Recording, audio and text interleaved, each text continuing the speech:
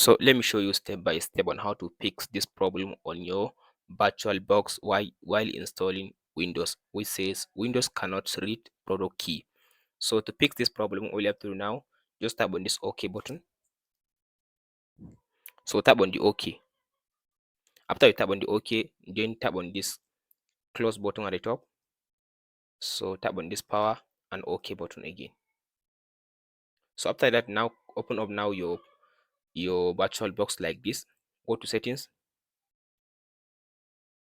After you go to settings in the VirtualBox, then go to advanced. So from this advanced, all you have to do now, you need to copy the address of your VirtualBox. So all you have to do now, go ahead and copy this address from this BMS, and then so copy this address. As you can see now, the end that ends with BMS. So right click and copy. After you copy the address, now close this option. Now, so now all you have to do now, go ahead and open up now your this PC on your computer, and then tap on this address button. So now paste in the address that you copy. After you paste in the address you copy, then now you can just go ahead now and remove this option. So make sure you just copy this one.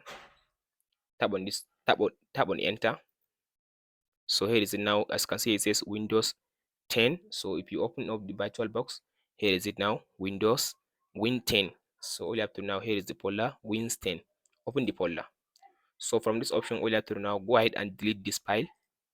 This file, right click and delete this file.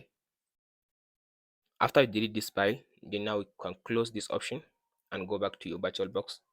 So now you can go ahead and start the VirtualBox. From there, your problem will be solved. And that's it, guys. Be sure to like and subscribe.